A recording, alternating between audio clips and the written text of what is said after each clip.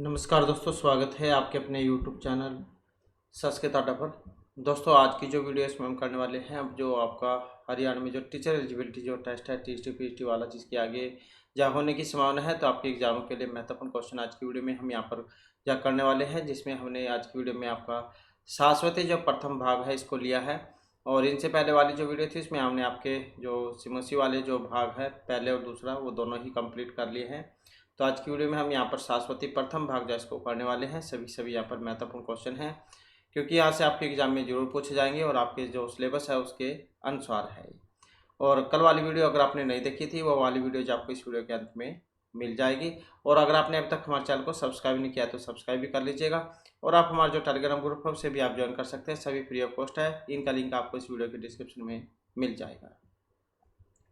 तो अपना जो यहाँ पर लेसन जो है उसको हम देख लेते हैं। तो सबसे पहला जो यहाँ पर लेसन आ जाता है, इसमें प्रथम पाठ है वेद अमृतम। तो वेद को यहाँ पर अमृत के रूप में बताया गया है। तो भारतीय वैदिक वाङ्मय संपूर्ण विश्व का प्राचीनतम वाङ्मय होने के साथ मनुष्य की अचेतन से फूटी उदात्त कविता का भी प्रथम निदर्शन है। वैदिक काव्य में विश्व शांति, विश्व बंधुता, लोकतांत्रिक मूल्य निर्भरता तथा राष्ट्र प्रेम का संदेश भरा पड़ा है, जो आज के वातावरण में पहले से भी अधिक प्रासंगिक प्रतीत होता है। प्रस्तुत पाठ में वैदिक काव्य का अमृतत्व ऋग, यजु तथा अथर्ववेद से संकलित किया गया है। इन कविताओं में अत्यंत उदात्त एवं अनुकरणीय आदर्श विद्यमान है। तो 4 वेद होते हैं, जैसे आप सभी को पता ही है, ऋग, यजु, साम और अथर्ववेद। तो यहाँ पर सामवेद के बारे में तो नहीं है। ऋग, यजु और अथर्ववेद, इनके अंतर्गत से जो यहाँ पर मंत्र जो आएंगे वो इनके मतलब इनके अंदर से जा लिए गए हैं, ऋग, यजु और अथर्ववेद से। तो यहाँ पर जो जैसे पहला मंत्र आ जाता है हमारा, क्योंकि इनमें तो मंत्र ही होते हैं। तो ये ऋग्वेद जो उसमें से लिया गया है, ऋग्वेद के 10वें मंडल में से।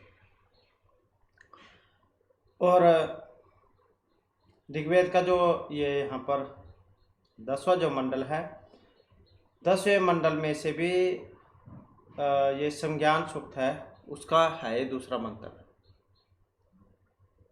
तो इसमें ऋषि च्यवन ने देवताओं को दृष्टांत रूप में प्रस्तुत करके सभी सांसारिक प्राणियों को एकमत होने का आह्वान किया था। तो समगजदम समवद्धम सर्वमनांसी जानता देवा भागम यथा पूर्वेशम जानना उपास्ते।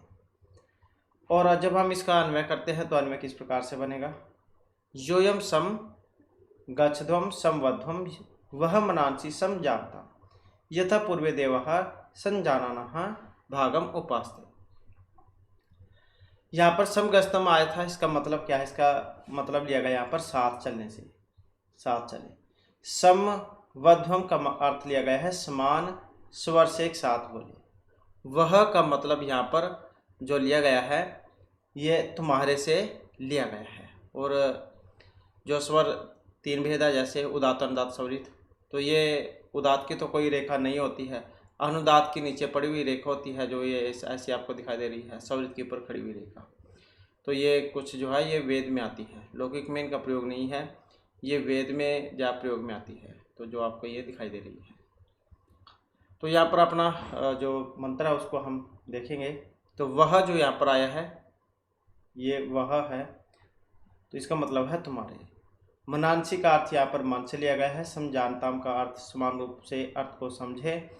पूर्वे देवः का अर्थ यहाँ पर प्राचीन काल में देवगण से लिया गया है। समझाना का मतलब है एक मत होकर, मतलब एक साथ होकर। भागम अपने अपने हवि के भाग को उपास्ते स्वीकार करते हैं या फिर ग्रहण करते हैं। कि समगतों संवर्धन वह मनांसी समझानता यथा पूर्वे देवा समझाना भागम उपास्ते। कि हे स्तोताओं, जैसे प्राचीन काल में देवता लोग एक मत होते हुए अपने अपने हवि के भाग को ग्रहण करते हैं, वैसे तुम सब भी मिलकर चलो और साथ साथ मिलकर बोलो। अर्थात तुम सब लोगों की वाणी एक जैसी हो, कथनों में परस्पर विरोध न हो और तुम्हारे मन समान रूप से वस्तु स्थिति को समझे। कहने का मतलब जैसे प्राचीन समय में देवता एकजुट हुए रहते थे सारे, तो कोई भी विपत्ति आ जाती थी, राक्षस हमला कर देते थे, तो वे सारे एकजुट हो जाते थे। तो इसी प्रकार से यहाँ पर मनुष्यों को भी कहा गया है तुम भी सभी जाए मिलकर रहो। तो तुम्हारी वाणी और कर्म सभी एक ही हों। कि हे श्रोताओं, जैसे प्राचीन काल में देवता लोग एकमत हुए अपने अपने हवि के भाग को ग्रहण करते हैं, वैसे तुम सब साथ साथ मिलकर चलो और साथ साथ मिलकर बोलो, अर्थात तुम सब लोगों की वाणी एक जैसी हो, कथनों में परस्पर कोई विरोध न हो। कह देते हैं कि कथन करनी एक जैसी है, तो वही है। तुम्हारे मन समान रूप से व्यवस्थित स्थिति को समझिए। दूसरा जो यहाँ पर मंत्र आया है ये भी ऋग्वेद में से है, लेकिन ये जो है यहाँ पर चौथा जो है इसमें से लिए गए हैं, मतलब संज्ञान सूक्त का चौथा जो मंत्र है उसमें से। और यहाँ पर कि समानी वा कुति समान हृदयानि वा समानमस्तु व मन है यथवा सुसाहस्ति। इसका भी जब हम यहाँ पर जो है अन्वय करेंगे तो किस प्रकार से बनेगा कि वह अकुति समानी व हृदयानि समान व मन है समानमस्तु यथवा सुसह अस्ति। ये अलग अलग करेंगे, सुसह अलग हो जाएगा, ये अस्ति अलग हो जाएगा। वह आया है वैसे ही जैसे पहले आया था, इसका मतलब सेम ही है तुम्हारा। आकुति का अर्थ यहाँ पर संकल्प या फिर जो वचन है उससे लिया गया है। समानमस्तु का अर्थ यहाँ पर समान हो उससे लिया गया है। सुसह का अर्थ यहाँ पर शोभन स्वभाव या फिर संगति जा उससे लिया गया है। सु मतलब सुंदर, सह साथ, अच्छा साथ कह सकते हैं, संगति। अस्ति हो सके कि वह अकुति समानी वह हृदयानि समाना वह मनः समानम अस्तु यथा वह सुसह अस्ति। कि आप सबका संकल्प एक जैसा हो, आपके हृदय समान हो। वह अकुति समानी वह हृदयानि समाना, मतलब आप सबका संकल्प एक जैसा हो और आपके हृदय भी समान हो। वह मन है समानम अस्तु और यथा वह सुसह अस्ति, आप लोगों के मन समान हो जिससे आपका संगठन अच्छा हो सके और मजबूत हो सके। कि आप सबका संकल्प एक जैसा हो, आपका हृदय समान हो, आप लोगों के मन समान हो जिससे आपका संगठन अच्छा हो सके और मजबूत हो सके। इसके बाद फिर जो यहाँ पर आ जाता है तीसरा जो मंत्र है, और इसका भी मधु वाता रितायते मधु क्षरंति सिंधु है माधवी न संतोष संति औषधि। ये भी आपका जो ऋग्वेद है तो सातों मंत्र है। ये ऋग्वेद के पहले मंडल का 90वें सूक्त का है, सातों मंत्र। इसका भी जब हम अन्वय करेंगे, रितायते वातः मधु क्षरन्ति न औषधि माधवी संतु। रितायते वातः मधु संतु सिंधु है मधु क्षरन्ति न औषधि माधवी संतु। रितायते का मतलब क्या है? तो रितायते का अर्थ यहाँ पर अपने लिए यज की कामना करने वाले यजमान के लिए, अपने लिए यज की कामना करने वाले यजमान के लिए। और वातः का अर्थ यहाँ पर वायु जो होता है, वात वायु को ही कह देते हैं, तो वायु से ही लिया गया इसका। मधु का मतलब माधुर्य युक्त से लिया गया है। सिंधु का मतलब समुद्र अथवा जो नदियां हैं उनसे लिया गया है। माधवी का मतलब मधुरता से भरी हुई, उससे लिया गया है। न का मतलब हमारी होता है, एक ना ये वाला था नहीं, पीछे विसर्ग लगा देते हैं तो इसका मतलब हमारे हो जाता है। संतो औषधि, औषधि मतलब औषधि। कि रितायते वातः मधु संतो और सिंधु है मधु क्षरन्ति न औषधि माधवी संतो। कि आपके लिए यज की कामना करने वाले यजमान के लिए सभी हवाएं मधुरता से युक्त हो जाएं। अपने लिए यज की कामना करने वाले यजमान के लिए सभी जो हवा है, वात मतलब वायु हवा, वो मधुरता से युक्त हो जाए। सभी नदियाँ मधु क्षरन्ति, सभी जो नदियाँ अर्थात समुद्र है वो मीठे जल को प्रवाहित करें। न औषधि माधवी संतु, और हमारी सभी औषधियाँ मधुरता से युक्त हो जाएं। कि हमारे लिए की कामना करने वाले यजमान के लिए सभी हवाएं मधुरता से युक्त हो जाएं, सभी नदियाँ अथवा समुद्र मीठे जल को प्रवाहित करें और हमारी सभी औषधियाँ मधुरता से युक्त हो जाएं। तो इस प्रकार का यहाँ पर ये मंत्र है। ऋग्वेद के पहले मंडल का 90वें सूक्त का 7वां है ये मंत्र। इसके बाद आ जाता है जो यजुर्वेद है। वेरी वेरी इंपॉर्टेंट है, जितने भी सारे हैं। यत जागृता दूरम उदयति दैवम तद सुप्तस्य तथैवेति, दुरंगम ज्योतिषाम ज्योति एकम तत्व मन शिव संकल्प वस्तु। ये शिव संकल्प सुख जो है उसमें से है, ये वेरी वेरी इंपॉर्टेंट है। और ये भी सेम वैसे ही यजुर्वेद में से है, 34वें अध्याय का पहला मंत्र। इसका भी जब हम अन्वय करेंगे हम, क्या बनेगा कि जागृता यत मन है दूरम उदयति तथा एव सुप्तस्य तद एव तद उदैवम मन है इति, यत ज्योतिषाम दूरम गमम एकम ज्योति ही तत्मे मन है शिव संकल्पम अस्तु। जागृता है यहाँ पर आया, इसका मतलब क्या है, जागना, जागते हुए का। दूरम उदयति मतलब दूर चला जाता है। सुप्तस्य मतलब सोए हुए का। दैवम दिव्य विज्ञानी। ज्योतिषाम विश्व का प्रकाशन करने वाली इंद्रियों में। दूरम गमम सबसे अधिक दूर तक पहुँचने वाली है, सबसे अधिक दूर तक पहुँचने वाली है। और शिव संकल्पम का मतलब है कल्याणकारी विचार वाला हो, मंगलमय विचार वाला हो। कि जागृत है यत मन है दूर उदयति, जागते हुए प्राणी का जो मन दूर चला जाता है। तथा ये सुप्तस्य तदेव तद उदैवम मन है इति, और वैसे सोए हुए प्राणी की भी वही दशा होती है। और यत ज्योतिषाम दूरम गमम एकम ज्योति है, परंतु वही दिव्य विज्ञान युक्त मन जो विश्व का प्रकाशन करने वाली इंद्रियों में सर्वाधिक दूर तक पहुँचने वाला एकमात्र प्रकाशक है। तत्मेव शिव संकल्पमस्तु, वह मेरा मन कल्याणकारी विचारों वाला हो। कि जागते हुए प्राणी का जो मन दूर चला जाता है, और वैसे ही सोते हुए प्राणी की भी वही दशा होती है। और वही दिव्य विज्ञान युक्त मन जो विश्व का प्रकाशन करने वाली इंद्रियों में सबसे अधिक दूर तक पहुंचने वाला एकमात्र प्रकाशक है, मेरा वह मन कल्याणकारी शुभ विचारों वाला हो। तो इस प्रकार का यहाँ पर ये मंत्र है। तो कई बार आ जाता है कि कहाँ से लिया गया है, सिर्फ यही पूछ लिया जाता है। तो ये यजुर्वेद जो है उसमें से है, यजुर्वेद अध्याय में है, तो 34वें अध्याय में से है ये।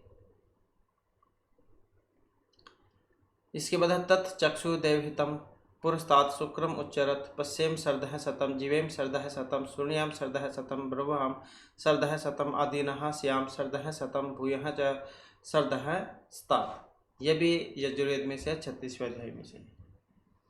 और जब हम इसका भी अन्वय करेंगे तो इसका अन्वय किस प्रकार से बनेगा। देवहितम शुक्रम तत्चक्षुः पुरस्तात् उच्चरत शतम सर्दः पश्येम शतम सर्दः जीवेम शतम सर्दः शून्यम शतम सर्दः ब्रवाम शतम सर्दः आदिनः श्याम भूयः च शतात् सर्दः। इस प्रकार से इसका अन्वय हो जाएगा। अब यहाँ पर ये देवहितम आया है, इसका मतलब क्या है, तो इसका अर्थ यहाँ पर जो है लिया गया है देवताओं के द्वारा स्थापित। तो देवहितम का अर्थ क्या है, देवताओं के द्वारा स्थापित। शुक्रम मतलब दिव्या चमकीला सफ़ेद कह देते हैं जिसको। चक्षु मतलब नेत्र, सूर्य से अर्थ है यहाँ पर। पुरस्तात् पूर्व दिशा में या सामने भी कह देते हैं। उच्चरत मतलब उदय हुआ है। सर्दः वर्ष, शतम 100, शून्याम सुने, ब्रवाम बोले, अदीनः दीनता से रहित, श्याम होवे, भूया चाहे पुनः या बार बार। कि देवहितम शुक्रम तत् चक्षु पुरस्तात् उच्चरत, देवताओं के द्वारा स्थापित दिव्य या चमकीला नेत्र रूपी सूर्य पूर्व दिशा में उदय हुआ है।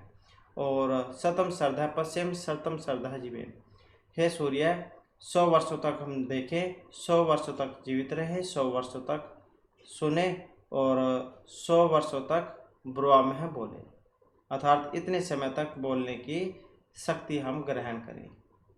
और शतम सर्दः अधीनाश्याम भूया च स्तात् सर्दः, और 100 वर्षों तक दीनता से रहित मतलब स्वस्थ रहे। और इतना ही नहीं, बार बार 100 वर्षों से भी अधिक हमारी यही स्थिति बनी रही। कि देवताओं के द्वारा स्थापित दिव्य या चमकीला नेत्र रूपी सूर्य पूर्व दिशा में उदय हुआ है।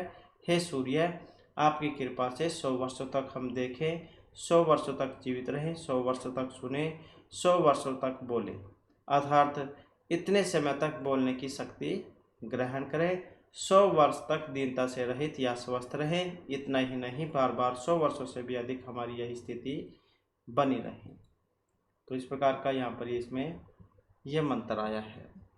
इसके बाद आ जाता है नेक्स्ट हमारा, ये अथर्ववेद में से है। अथर्वा जो ऋषि थे इनके नाम पर पड़ा है अथर्ववेद, और ये अथर्ववेद जो है कांडों में होता है, कांड में, तो 12वें कांड का है ये, तो पृथ्वी सूक्त में से है। पृथ्वी सूक्त जो है 12वें कांड का पहला ही सूक्त है ये, पृथ्वी सूक्त या भूमि सूक्त। जन्म विभर्ति बहुधा विवाचसम नाना धर्माणम पृथ्वी यथोक्षम सहस्त्रम धारा द्रविण समेदुहम ध्रुव एव धेनु सुपुरंती। इसका जब हम अन्वय करेंगे कैसे बनेगा कि बहुधा विवाचसम यथोक्षम नाना धर्माणम जन्म विभर्ति पृथ्वी ध्रुवा अनुस्फुरंति धेनु इव मे द्रवण से सहस्रम धारा दुहा। और बहुधा आया है यहाँ पर, इसका मतलब क्या है, इसका अर्थ प्राय है, अक्सर उससे लिया गया है। विवाचसम का अर्थ यहाँ पर विभिन्न भाषा वाले, यथोक्षम का अर्थ यहाँ पर धारण करने वाले घर के समान, विवर्ती का अर्थ यहाँ पर धारण करती हुई, नाना धर्माणम अनेक धर्म वाले, ध्रुवा निश्चित या फिर अटल, द्रविणस्य द्रविण किसको कह देते हैं, धन जो होता है उसको कहा जाता है, उसी का पर्यायवाची है धन की। अनुस्फुरंती का मतलब है कंपन करती है, कंपन रहित, और दुहा मतलब दुहावे या फिर बहा दे, दुहना या फिर बहाना। कि बहुधा विवाचसम यथोक्षम नाना धर्माणम जन्म विवर्ति, कि विभिन्न भाषा वाले तथा धारण करने वाले घर के समान अनेक धर्मों वाले लोगों को धारण करती हुई पृथ्वी ध्रुवा अनुस्फुरंती धेनु इव में द्रवण से सहस्त्रम धारा दुहा, कि अनेक धर्म वाले लोगों को धारण करती हुई पृथ्वी न कांपती हुई तथा निश्चल खड़ी गाय की तरह मेरे लिए धन की हजारों धाराओं से दोहे गए दूध की तरह है। मतलब जैसे गाय है एक साथ में खड़ी रहती है, जब उसकी जहाँ धार निकालते हैं मतलब दूध दोहते हैं, तो इसी प्रकार से जो यहाँ पर पृथ्वी के बारे में कहा गया है कि अभी हमें अनेक प्रकार के जो रत्न है वो प्रदान करे, या फिर कह सकते हैं कि धन दाने से संपन्न करें। कि विभिन्न भाषा वाले तथा धारण करने वाले घर के समान अनेक धर्म वाले लोगों को धारण करती हुई पृथ्वी न कांपती हुई तथा निश्चल खड़ी गाय की तरह मेरे लिए धन की हजारों धाराओं से दुहे गए दूध की तरह, अर्थात अटल रूप से स्थित गाय के समान मेरे लिए धन की हजारों धाराओं को बहा दे। कि जैसे गाय जो है दूध देती है, तो इसी प्रकार से धन दौलत हमें प्रदान करे। तो इस प्रकार से पृथ्वी से जाए यहाँ पर कामना इसमें की गई थी। इसके बाद फिर यहाँ पर इसके जो शब्दार्थ जो है वो आ जाते हैं, ये महत्वपूर्ण है। जैसे समगसदम है, तो इसका मतलब क्या है, संगतः संभूतः भवतः समपूर्वक कम धातु आत्मनिपद लोट लकार मध्यम पुरुष बहुवचन में ये बना है। समवद्वम परस्पर विरोधम परित्यज्य एक विधम एवं वाक्यम ब्रूहीति, परस्पर विरोध छोड़कर समान स्वर से एक समान बोले। वह धातु बोलने अर्थ में है, वह युष्माकम मतलब तुम्हारा, ये अस्मद युष्मद वाला रूप है, ये युष्मद वाला अस्मद अहम वयम और युष्मद के त्वम युवम युवम स्वर्णाम रूप जा उसमें आ जाता है। मनांसी का मतलब मन से है। संजानताम का अर्थ यहाँ पर लिया गया है कि समानम एक रूपम एवं अर्थम अवगछम, समान रूप से अर्थ बोध करे। पूर्वे देवा का मतलब यहाँ पर पुरातनः देवा पूर्व काल के देवगण से लिया गया है। संजाना का अर्थ यहाँ पर एक मत्यम प्राप्त है, एक मत होकर लिया गया है। भागों पास्ते का अर्थ हवि के भाग को स्वीकार करते हैं। आकुति का अर्थ यहाँ पर संकल्प है, अध्यवसाय है, संकल्प से लिया गया है। समान का मतलब समानानी एक विधानी समान से लिया गया है। सुसाह का अर्थ शोभनम साहित्यम संगति ही से लिया गया है। अस्ति का अर्थ यहाँ पर भवतु मतलब तुम्हारी सुंदर संगति हो जाए, इसे लिया गया है। मधु माधुर्योपेतम माधुर्य से भरी, इससे लिया गया है। रितायते का अर्थ रीतम यजम आत्मन है इच्छते यजमान है, अपने लिए यज की कामना करने वाले यजमान के लिए, इससे अर्थ यहाँ पर लिया गया है। सिंधु का अर्थ यहाँ पर नद है, समुद्र व नदी अथवा समुद्र से लिया गया है। औषधि का अर्थ फल अपकांत औषधियाँ हैं, फल के पकने पर जो पौधे नष्ट हो जाते हैं उन्हें औषधि कहते हैं। जागरता का मतलब जागते हुए के, दूरम उदयति दूर चला जाता है, भाग जाता है। तद उदैवम मन है, तद दिव्य ज्ञानयुक्तम मन है, वह दिव्य विज्ञानयुक्त मन। इंद्रियाणाम ज्योतिषाम मतलब इंद्रिय नाम विषयों का प्रकाशन करने वाली इंद्रियों में। दूरम गमम सर्वाधिक दूर तक पहुँचने वाली। एकमात्र प्रकाशक शिव संकल्पम शिव संकल्पः यस्याथा मंगलमय या फिर कल्याणकारी विचार वाला। देवहितम देव स्थापितम देवताओं के द्वारा स्थापित। शुक्रम मतलब दिव्य चमकीला। चक्षुः नेत्र सूर्य। पुरस्तात् मतलब पूर्व दिशायाम या पूर्व दिशा में समक्ष भी कह देते हैं। उच्चरत उदितः जाता है उदय हुआ है। सर्ध मतलब वर्ष से लिया गया है। शतम का अर्थ 100 से लिया गया है। संस्कृत में 100 को शतम कहते हैं। अधीनः नादीनः दैन्यात् रहिता दीनता से रहित। भूय च सर्दा सतात पुनः पुनः सतात सर्दा एवमेव भवे। बार बार 100 वर्षों से भी अधिक की स्थिति बनी रहे। विभर्ती दान करती हुई। विवासम विभिन्न भाषा वाले। यथोक्षम दान करने वाले घर के समान। दुहाम दुहावे या फिर बहादे। अनुस्फुरंती कंपन रहित। तो ये था यहाँ पर इसके शब्दार्थ। और इसके बाद फिर जो यहाँ पर इसका जो अभ्यास जो ये आ जाता है। और अभ्यास जो है इसमें आपके जो क्वेश्चन आंसर जो है वो तो एग्जाम में आपके आएंगे नहीं।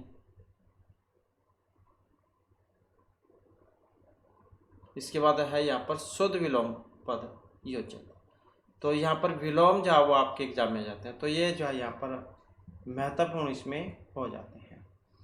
तो जैसे जागृत है, जागना का क्या कहेंगे हम? सोना, यही है। जागृत है सुप्तस्य।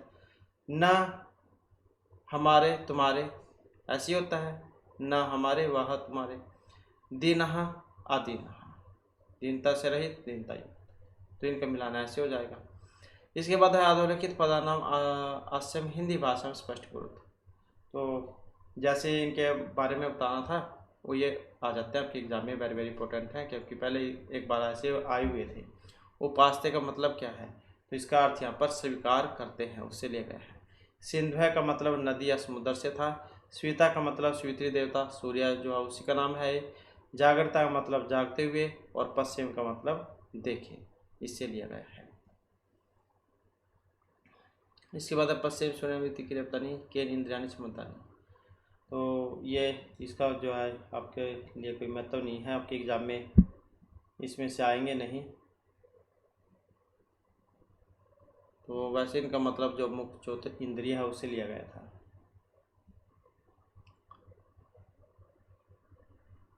इसके बाद है यहाँ पर अधोलिखित वैदिक क्रियापदनाम स्थानीय लौकिक क्रियापदानी लिखत। तो ये वेद के हैं और लौकिक में बताना था इनका।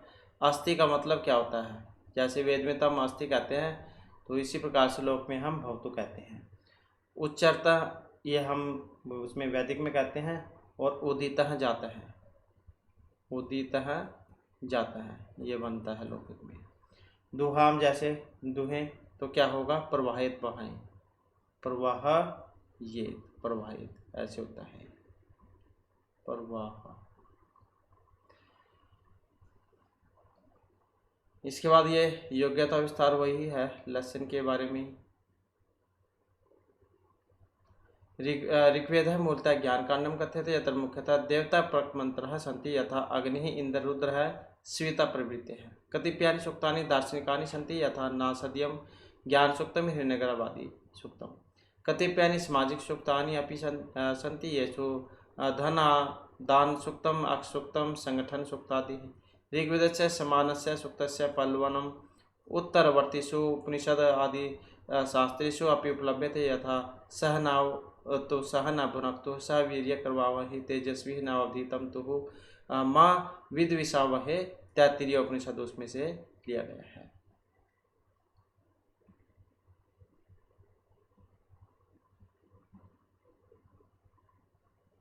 इसके बाद ये मंत्र है यहाँ पर अथर्वेद जो उसमें से लिया गया है। अनुवर्त है पितरा पुत्र माता भवतु सुमन्नः जाया पत्ते मधुमति वाचम वदतु शांतिवाम। मधुमान है वनस्पति मधुमः अस्तु सूर्य है माधवी गावै भवन्तु नः। तो ये अथर्वेद ये ऋग्वेद। इसके बाद फिर ये यजुर्वेद में से है शिव संकल्प सूक्त में से। यत् प्रज्ञानम तो हो चेत है धृति चाहे ज्योति ज्योतिर अंतमृतम प्रजासु यस्मात् न रीते किंचन कर्म क्रियते तत्मे मन शिव संकल्पमस्तु। तो ये इस प्रकार से है यहाँ पर। ये सिर्फ आपको वैसे ही पता होना चाहिए, बस ये कहाँ से लिया गया है। जैसे अथर्ववेद में से है, ये श्याम समुद्र सिंधुराप है, ये श्यामान्नम कष्ट संभव यशाम इदम जन्मति प्राण तेजत सा न भूमि पूर्वे है ददातु ब्रह्मचारी राजा राष्ट्रम विरक्ति। तो ये अथर्ववेद में से है। इसके बाद आ जाता है हमारा जो यहाँ पर नेक्स्ट जो हमारा लेसन है, और परोपकाराय सत्ताम विभूतियाँ। तो ये हमारा जो है यहाँ पर दूसरा लेसन है इसमें। और क्या इस लेसन में कहा गया था यहाँ पर कि संस्कृत जो साहित्य है इसमें जातक कथाओं का अपना महत्व, विशेष महत्व है, और ये कथाएं मूलतः पाली में है, जिनकी संख्या 547 है। बोधिसत्व के कर्म दिव्य और अद्भुत हैं, उनका जीवन अलौकिक और आदर्श है। इसी से प्रेरणा लेकर आर्यसूर ने जातक माला ग्रंथ की रचना की थी। तो ये आपके लिए महत्वपूर्ण हो जाता है। यहाँ पर आर्यसूर के द्वारा रचित कौन सा जातक माला ग्रंथ है। यह ग्रंथ गद्य पद्य मिश्रित संस्कृत में है। प्रस्तुत पाठ इसी ग्रंथ के 15वें जातक मत्स्य जातकम का संक्षेप है। तो ये जो है ये लेसन मत्स्य जातकम जो है इसी का संक्षेप है, इसी में से है 15वें जातक का। इसमें बताया गया कि सत्य तपोबल के आधार पर किस प्रकार मत्स्याधिपति के रूप में बोधिसत्व अपने साथी मत्स्यों की प्राण रक्षा करने में समर्थ होते हैं। वस्तुतः सत्व गुण से परिपूर्ण आचरण देवताओं को भी वश में कर सकता है। तो ये बोधिसत्वों के बारे में है। तो क्या था इसमें लेसन में, यहाँ पर अब इसका लेसन शुरू हो जाएगा यहाँ पर ये कि बोधिसत्व किल कस्मिश्चित न अतिमहति कमलम कोल्य आदि विभूषित सलीले हंस चक्रवाक आदि शोभते तिरांतरुः कुसुम विकर्ण है सरसी मत्स्याधिपति भगु बहुषु जन्मांतरेषु परोपकार अभ्यासवशात् तटस्थ है अपि परहित सुख साधने व्यापृतः भवत् इष्टानाम च है सवेशाम अपत्यानाम उपरि सौहार्दत्वात् महासत्व है तेषां मीना नाम दान प्रिय है वचनादिकर्मे परम अनुग्रहम चकार कि निश्चित रूप से बोधिसत्व किसी बहुत बड़े नहीं कमलों नीलकमलों आदि से सुशोभित जल वाले हंस चक्कर वाक अर्थात चकवा आदि पक्षियों से सुशोभित किनारों के प्रांतों पर वृक्षों एवं पुष्पों से परिपूर्ण तालाब में मत्स्य अधिपति मतलब मछलियों के स्वामी के रूप में अवतीर्ण हुए बहुत से जन्म जन्मांतरों में परोपकार करने के अभ्यासवश वहाँ उस जन्म में स्थित होते हुए भी दूसरों की भलाई एवं सुख साधने में वे तल्लीन हो गए। परहित सुख साधने मतलब दूसरों के सुख साधने में, मतलब कहने का है कि दूसरों का भला करने में वे तल्लीन हो गए, लग गए। अपने इष्ट लोगों की भांति अपनी संतानों के ऊपर सौहार्द भाव के कारण महान उदार प्राणी के रूप में उन मछलियों पर दान प्रिय वचन आदि के क्रम में अत्यंत कृपा की। अर्थात तालाब में रहने वाली मछलियों के प्रति उनका व्यवहार अत्यंत प्रिय एवं उदारतापूर्ण रहा। अथ कदाचित सत्वानां भाग्ये कैवल्यात् प्रमदाच्च सम्यक देवान् व्यवर्ष वृष्टे भवे तत्सरह कदम कुसुम गौरेण नवशिलेन यथा पूर्वन् परिपूर्णं जातम् कर्मेण च उपगते निधा काले दिन करकीर्णय अभितप्त्य धर्ण्य ज्वालानुगतेन एव मारुतेन पिपासवशात् इव प्रत्यहम् अपीयमान तत्सरह लघु पर्वम इव अभवत् तत्र स्थिता मीनः च जल अभावात् मृतपरायः इव समजातः सलील तीरवासिनः पक्षिणः वायसगणः च यावत्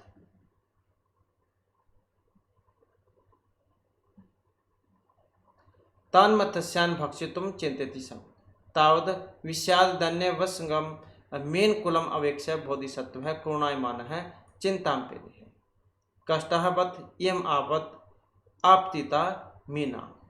तो यहाँ पर आप चित्र में भी जा देख सकते हैं। इसमें ये सरोवर था जो मतलब जहाँ पर ये कछुए और मछलियाँ रहती थी। तो इसमें क्या गर्मी के कारण का जो पानी है वो कम हो जाता है। तो क्या है इसमें, यहाँ से आप ये देख सकते हैं। अथ कदाचित सत्वानां, इसके बाद कभी प्राणियों के भाग्य के अनुकूल न होने के कारण तथा लापरवाही के कारण देवताओं ने अच्छी तरह वर्षा ना की तो वृष्टि नहीं हुई, और वर्षा के न होने पर वह तालाब कदम के पुष्पों के समान गौरवर्ण नए पानी से पहले की तरह परिपूर्ण नहीं हुआ। अर्थात वर्षा के अभाव में तालाब में स्वच्छ नए जल का आगमन नहीं हुआ। और इसके बाद क्रमशः गर्मी की ऋतु आने पर सूर्य की तेज किरणों से तपी हुई धरती से, ज्वाला से परिपूर्ण वायु से और प्यास के कारण प्रतिदिन चारों ओर से पिया जाता हुआ वह तालाब एक छोटे तालाब मतलब पोखर जो है उसके समान हो गया। छोटा जो तालाब होता है, पहले तो बहुत बड़ा था लेकिन धीरे धीरे उसका पानी सूख गया तो वो छोटा हो गया, पोखर के समान हो गया। और वहाँ स्थित मछलियाँ जो है जल की कमी के कारण मृत प्राय हैं हो गई। तो श्लील तीरवासिन है पक्षिण वास्कन है चयावत तन तसन भक्षितुम चिंतति सन। और वहां पर जल के किनारे रहने वाले पक्षी और कौवे तब तक उन मछलियों को खाने के लिए विचार कर रहे थे, तब तक दुख एवं दीनता के वशीभूत मछली के समूह को देखकर बोधिसत्व करुणा युक्त होकर चिंता को प्राप्त हो गए, मतलब अत्यंत चिंतित हो गए और विचार करने लगे कि है यह आपत्ति जो मछलियों पर आ पड़ी है वह अत्यंत कष्टप्रद है।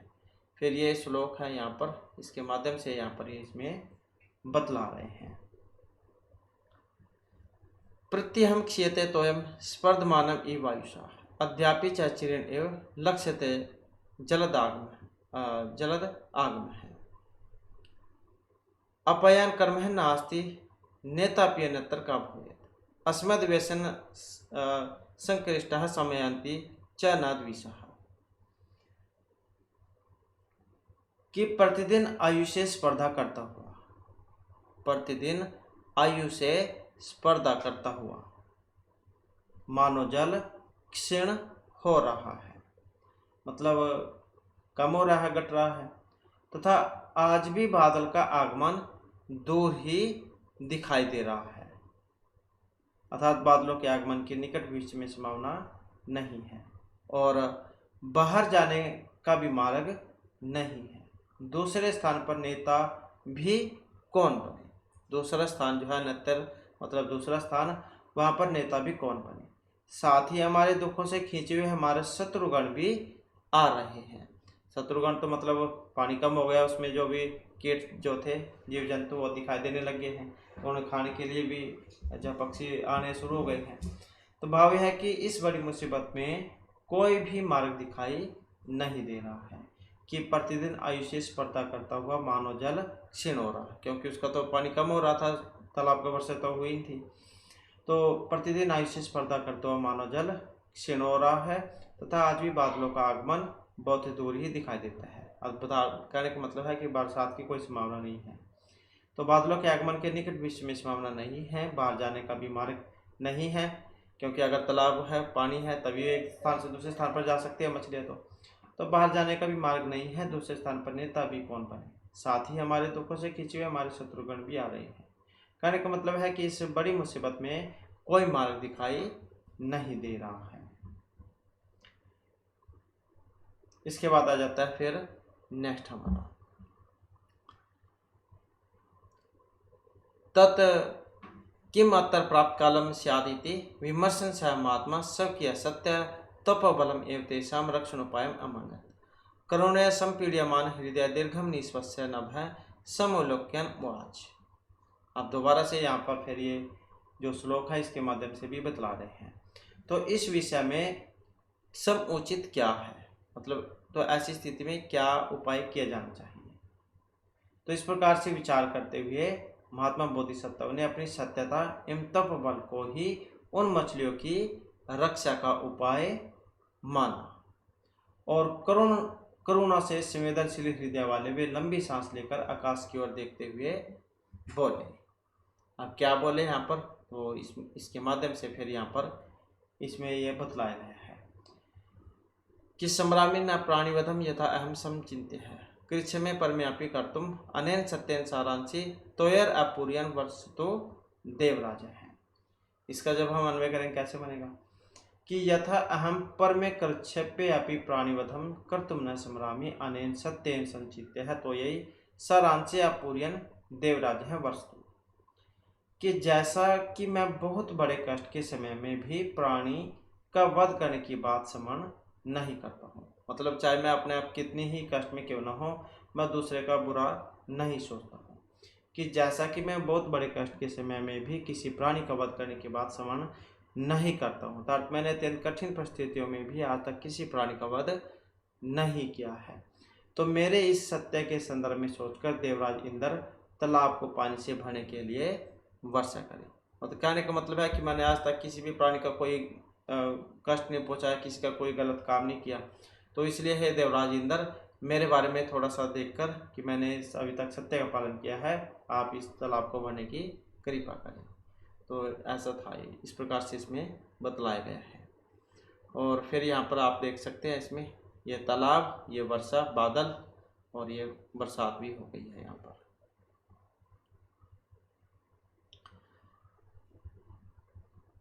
और अथ तस्य महात्मन पुण्य उपचायात सत्य अधिष्ठानात् बलात् च समन्ततः त्वय परिपूर्णः गंभीर मधुर निघोषा कालापि कालमेघा विद्युत लतालंकृता प्रादुर्भवन बोधिसत्व समन्ततः अभि परश्रितः सलील प्रवाहे अपूर्ण्यमाने सरसी धारानिपात समकालीन विद्युत वायु सुन आदेह पक्षिगणे लब्ध जीवितासे च प्रमुदिते मीनगणे प्रीत्य अभिसार्यमाण हरिदेह वर्षा निवृत्ति संकः पुनः पुनः पर्जन्यम बभासे।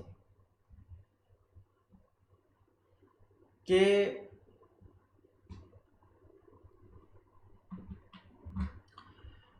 और उसके बाद उस महात्मा के पुण्य की वृद्धि से तथा सत्य पर दृढ़ रहने की शक्ति से चारों ओर जल से परिपूर्ण गंभीर तथा मधुर दवनी करने वाले असमय प्रकट होने वाले होते हुए भी प्रलयकाल के समान बादल बिजली रूपी लता से अलंकृत होकर प्रकट हो गए और बोधिसत्व चारों ओर फैले पानी के प्रवाह से परिपूर्ण तालाब के होने पर और मूसलाधार वर्षा पड़ने के समय के साथ ही कोय आदि पक्षियों के वहां से भाग जाने पर तथा जीवन की आशा प्राप्त होने पर मछलियों के प्रसन्न होने पर प्रसन्नता से प्रसन्न किए जाते हुए हृदय वाले वर्षा की समाप्ति की आशंका वाले बोधिसत्व बार बार बादलों से कहने लगे। अब क्या कहने लगे यहाँ पर आप इस श्लोक के माध्यम से इसमें देख सकते हैं। तो उद्गर्ज पर्जन्य गंभीर धीरम प्रमोद उद्वास्य वायसानाम रतनानामानि पयांसी वर्षन सशक्तम विद्युत ज्वलितम उदिति। इसका भी जब हम अन्वय करेंगे कि पर्जन्य समशक्त विद्युत ज्वलित धो तीन ही रत्ना मानानि पयांसी वर्षन वायसानाम प्रमोदम उद्वायसम गंभीरम धीरम उद्गर्ज। कि हे मेघ निरंतर चमकती हुई बिजली के प्रकाश से युक्त होने के कारण रत्नों के समान दिखाई पड़ने वाले जल की वर्षा करते हुए तुम कौवों की प्रसन्नता को समाप्त करो तथा गंभीर धीर आवाज में गर्जना करो। कहने का मतलब कौवे तो खुश होते कि पानी कम हो गया और मछली खाने का काम चलेगा, तो ये इसमें यही कह रहे हैं कि तुम कौवे की प्रसन्नता जो है उसको कम कर दो, क्योंकि उस तालाब में पानी हो जाएगा तो कौवे जब मछलियों को नहीं खा पाएंगे। कि हे मेघ निरंतर चमकती हुई बिजली के प्रकाश से युक्त होने के कारण रत्नों के समान दिखाई पड़ने वाले जल की वर्षा करते हुए तुम कौवों की प्रसन्नता को समाप्त करो तथा गंभीर धीर आवाज में गर्जना करो। तद अपि श्रुत्य देव नाम इंद्र शक्र परम विस्मित मनः साक्षात अभिगम्यन अभिसम्राध्यन उवाच। और इसके बात सुनकर, यह बात सुनकर देवताओं के अधिपति इंद्र अत्यंत आश्चर्यचकित मन वाले साक्षात बोधिसत्वों के पास आकर उनकी स्तुति करते हुए कहने लगे। अब क्या कहने लगे यहाँ पर, तब एव खलु ऐसा महान भाव मत्स्येन्द्र सत्यातिशय प्रभाव है आवर्जिता यत कलसा इव इमे क्षरंती रम्य तनिता पयुधा। तो अब क्या कहने लगे कि हे महापुरुष मत्स्याधिपति ही निश्चय ही आपके सत्य का अधिक प्रभाव है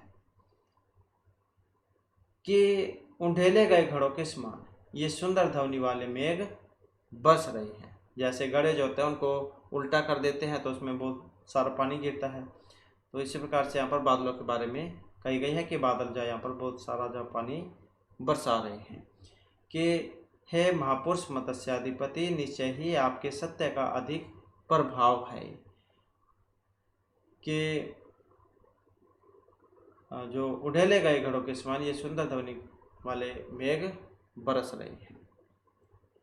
इत्येवं प्रिय वचने सम्राध्य तत्रेव अंतर्धि तच्च सरह तोयं समृद्धि मवाप है तद एवं शीलवताम इव इह एव कल्याणः अभिप्राय वृद्धिम आपनुवन्ति प्राके परम च अतः शील विशुद्ध है प्रयतव्य।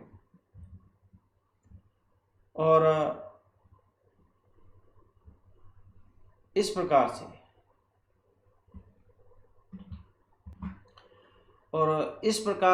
जो प्रिय वचन है इनसे स्तुति करके इंद्र वहीं पर क्या है अंतर्धान हो जाते हैं। तो इस प्रकार प्रिय वचनों से स्तुति करके इंद्र वहां पर अंतर्धान हो गए तथा वह तालाब जल से परिपूर्ण हो गया। तो इस प्रकार चित्रवान इस लोक में ही तथा परलोक में भी कल्याणकारी मनोर्थों को बढ़ाते रहते हैं। इसलिए चरित्र की विशुद्धि का प्रयास करना चाहिए। क्या है, चरित्र की विशुद्धि का प्रयास करना चाहिए। कहने का मतलब है कि चरित्रवान बनने का सदैव प्रयास करना चाहिए, अच्छा व्यक्ति बनने का प्रयास करना चाहिए, दूसरों की भलाई करने का। तो इस प्रकार से यहाँ पर ये लेसन था। तो इसमें मछलियों को किस प्रकार से बोधिसत्व ने बचाया अपने तपोबल के द्वारा, तो इसी के बारे में बतलाया गया है। इसके बाद फिर यहाँ पर जो है इसके शब्दार्थ जो है ये आ जाते हैं। जैसे कोल्यम, कोल्यम का मतलब क्या है, नीलकमल, नीलकमलम मतलब नीला कमल। यह आ जाता है कई बार एग्जाम में, जैसे कोल्यम आ जाएगा आपके एग्जाम में और पूछ लिया जाएगा कि इसका मतलब क्या होता है। तो अगर आपने लेसन पढ़ा होगा तो आपको पता होगा कि इसका अर्थ कहाँ पर आया था, वो क्योंकि पढ़ा हुआ याद आ जाता है। तो कोल्यम नीलकमलम मतलब नीला कमल। चक्रवाक आदि शोभते, चक्रवाक मतलब चकवादी पक्षीगणों से सुशोभित। तत्रस्थ है अपनी वहाँ उस जन्म में स्थित होते हुए भी। भाग्य कैवल्य भागस्य वैकल्यम तस्मा भाग्य के अनुकूल न होने पर। अपीयमानम आसमंतात पियमानम पा कर्मवाच्य सानच में चारों ओर से पिया जाता हुआ। लघु पल्वम इव छोटे तालाब के समान। विषाद दन्य वस्कम, विषाद है चाहे दन्यम चाहे विषाद दन्य, तयो वसमगतम विषाद और दन्य के वशीभूत। अवेक्षा जैसे ये है, ये आ जाते हैं कई बार प्रत्यय में भी पूछ लिया जाता है कि कौन सा प्रत्यय लगा है इसमें। तो अव उपसर्गपूर्वक की धातु है, कत्वा और लय प्रत्यय का प्रयोग यहाँ पर हुआ है। तो कत्वा क्या लय कह सकते हैं आप यहाँ पर, तो इसका प्रयोग यहाँ पर हुआ है अव इक्स और लय। आपेदेह का मतलब है प्राप्त हुआ है। बथ ये शोक को व्यक्त करने वाला शब्द है, अव्ययपद हाय अर्थ। स्पर्धमानम का मतलब है स्पर्धाम कुर्वाणम, स्पर्ध धातु में सानस प्रत्यय होने पर बना है, स्पर्धा करता हुआ। जलद आगमन का मतलब है जलम ददाती थी, जल्द है, जो जल देते हैं उसे क्या देते हैं जल्द बादल। तेसाम आगमन है बादलों का आगमन। चिरेण मतलब दूर ही या फिर दूर से। अपयान कर्म है, अपयान से कर्म है दूर, आगमन से मार्ग है बाहर जाने का रास्ता। द्विशय का मतलब यहाँ पर शत्रु जो है शत्रुगण उससे लिया गया है। प्राप्त कालम क्या मतलब है, प्राप्त है काल है ये तक समयोचित। विमृशन, विमृश सत्री प्रथम पुरुष एक वचन में बना है। विमृशन, वि उपसर्ग पूर्वक मृष धातु और सत्री प्रत्यय होने पर प्रथम पुरुष एक वचन में विचार करते हुए। नभः मतलब आकाशम आकाश को। आपूर्यन, आ उपसर्ग पूर्वक प्रिय धातु अणिच सत्री प्रत्यय और पुल्लिंग प्रथम एक वचन में, मतलब पूर्ण करते हुए भरते हुए। सत्य अधिष्ठान फलात्, सत्य पर दृढ़ रहने की शक्ति से। अकालः न कालः ये शांति, असमय प्रकट होने वाली। काल मेघः प्रलय के समान मेघ मतलब बादल। विद्रुते है, वि उपसर्गपूर्वक ध्रुव धातु और साथ में कत प्रत्यय सप्तमी भक्ति और एक वचन के होने पर बनता है विद्रुते, भाग जाने पर। अभिसार्यमाण हृदय, अभिसार्यमाणम प्रसादमानम हृदयम यशस है, प्रसन्न किए जाते हुए हृदय वाला। वर्षा निवृत्ति सशंक है, वर्षा नाम निवृत्तिम अधिकृत्य आशंकया सह विद्यमान है, वर्षा की समाप्ति की आशंका वाला। पर्जन्यम मेघम मतलब बादल को। समशक्त विद्युत ज्वलित धूतान, समशक्तायः विद्युतः ज्वलितेन धूतिः ये शाम तानि, लगातार चमकती हुई बिजली के प्रकाश से युक्त। रत्नायमानांचि पयांची, रत्नों के समान दिखाई पड़ने वाले जन। उद्वास्यम, उद उपसर्गपूर्वक वस धातु अणिच प्रत्यय लोट में मध्यम पुरुष एक वचन में बना है। उद्वास्य वस धातु है इसमें, उद उपसर्गपूर्वक वस धातु, तो समाप्त कीजिए। उपश्रुत्य, उप उपसर्गपूर्वक श्रु धातु कत्वा और लैप के होने पर बना है उपश्रुत्य। अभिसमराध्यन, अभि उपसर्गपूर्वक अभि और सम उपसर्गपूर्वक राध धातु सत्री प्रत्यय पुल्लिंग एक वचन में स्तुति करते हुए। सत्य अतिशय प्रभाव है, सत्य अतिशय है तस्य प्रभाव है, सत्य का अलौकिक प्रभाव। अवर्जितः कलशा इव, पलटाए गए घड़ों के समान, जैसे हम घड़ा जो है उसे उल्टा कर देते हैं, पलट देते हैं। अंतर्धेय अंतः धा लिट प्रथम पुरुष एक वचन में बना है। अंतर्धान हो गए मतलब अंतर्धान किसको कह देते हैं, गाय बने को, तो मतलब गायब हो गए, अंतर्धान हो गए। अभिप्रायः, अभिप्राय मतलब मनोरथ। यह इस लोक में, परतर मतलब दूसरे लोक में या परलोक में, तो इस प्रकार से शब्दार्थ हैं इसके। और अभ्यास आ जाता है तो क्वेश्चन आंसर तो आपके एग्जाम में आएंगे नहीं, अब विस्तार पूर्ण करने ये भी नहीं आएंगे। इसके बाद अधोलिखित शब्दान लैप लैपंतेषु सत्री प्रत्यांतेषु सानच प्रत्यांतेषु विभज्य लिखत, लैप वाले, सत्री वाले और सानच वाले। अब ये जो है आप इसमें अलग अलग करने हैं, तो ये वाले जो है यहाँ पर आपकी एग्जाम की दृष्टि से महत्वपूर्ण हो जाते हैं। अब तो जैसे यहाँ पर ये लैप वाले हैं, तो लैप वाले आप इसमें देख सकते हैं कौन कौन से हैं इसमें। अब लैप वाले की पहचान वही होती है, असुर में अवयव सर्ग होता है उसमें, तो कौन कौन से हैं इसमें। तो एक तो ये हो जाएगा, तो हम इनका नाम लिख लेते हैं, इसका 1 नंबर, इसका 2, इसका 3 नंबर। तो जैसे लैप वाले हैं तो अव एक्स और लैप इसके होने पर बनता है, अब एक से एक तो यही हो जाएगा। और कौन सा है, निहि स्वस और लैप, ये वाला भी हो जाएगा। और एक ये वाला हो जाएगा अभिगम में, अभिगम और लैप ये वाला।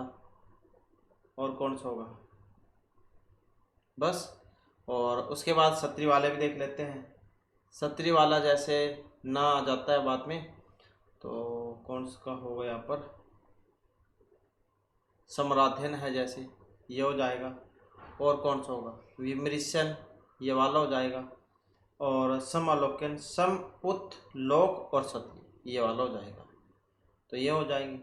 और बाकी बच गए फिर ये सानच वाले हो जाएंगे, क्योंकि इसमें आन मान लगता है, माँ आपको देखने को मिलेगा।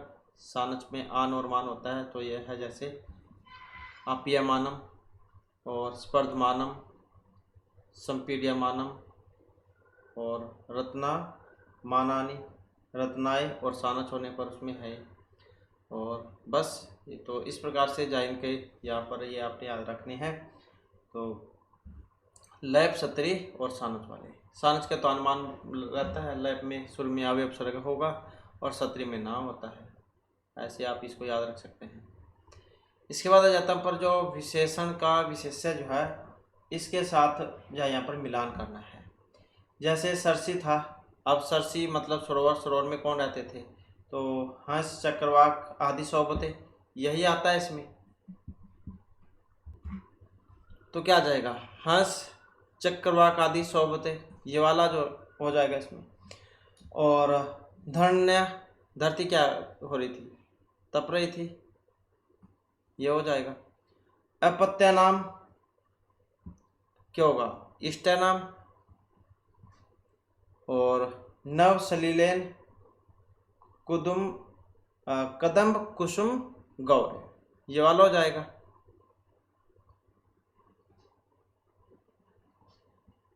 पक्षिण है मतलब सलील तीर वासिन है, ये वाला हो जाएगा। और बोधिसत्व क्रोणायमान है, मीनः तत्रस्थः और मारुतेन ज्वाला अनुगतेन। तो इस प्रकार से जाए यहाँ पर इनका विशेषण का विशेष्य के साथ मिलान हो जाएगा। नेक्स्ट है अधोलेखित पदानि संस्कृत वाक्येषु प्रयुक्त होगा। तो संस्कृत वाक्य में प्रयोग करने हैं, वैसे तो आपके एग्जाम में नहीं आएंगे, अपनी मर्जी के अनुसार कुछ भी बना सकते हैं। कस्मिश्चित् वनेक सिंहवस्थितम्, या फिर प्राणी नाम भाग्य कवल्यात्यवन व्यवर्ष प्रत्यहमाप्यमानं ततः सरह शुष्कमभवत्, या अस्मात् स्थानात् तत्र चित्रं न लक्ष्यते, अस्मिन् विषये विमर्शन सह सुप्तः देवराजः साक्षात् अधिगम्य बोधिसत्वं वाच, या फिर ये अस्माभिः अस्मिन् विषये प्रेयितव्यम्, मतलब ऐसे जो आप कुछ भी बना सकते हैं। इसके बाद पर्यायवाचकम लिखत, तो इसके क्या पर्यायवाची है वो बताने हैं। जैसे मीन है, मीन को क्या कहते हैं, मछली मतलब मत्स्य है। और झस है, झस है। और जैसे पक्षी है, खग है। और शकुंत है, शकुंतला मतलब शकुंता, शकुंता पक्षी, शकुंता भी क्या देते हैं हम इसको, शकुंत है ये वाला, ये भी क्या देते हैं। और प्रत्यहम प्रतिदिनम, आपद विपद विपत्ति। और पर्जन्य है, पर्जन्य किसको कहा गया है, मेघ जो बादल उसको कहा गया है।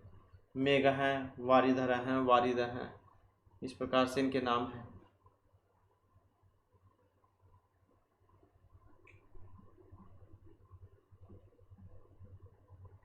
तो इस प्रकार से जो हमारा यहाँ पर जो लेसन जो कंप्लीट हो चुका है। नेक्स्ट वीडियो की से जो लेसन जो इससे आगे के जो लेसन है उन्हें हम कंप्लीट करेंगे। और दोस्तों हमारे साथ अंत बनाने के लिए धन्यवाद।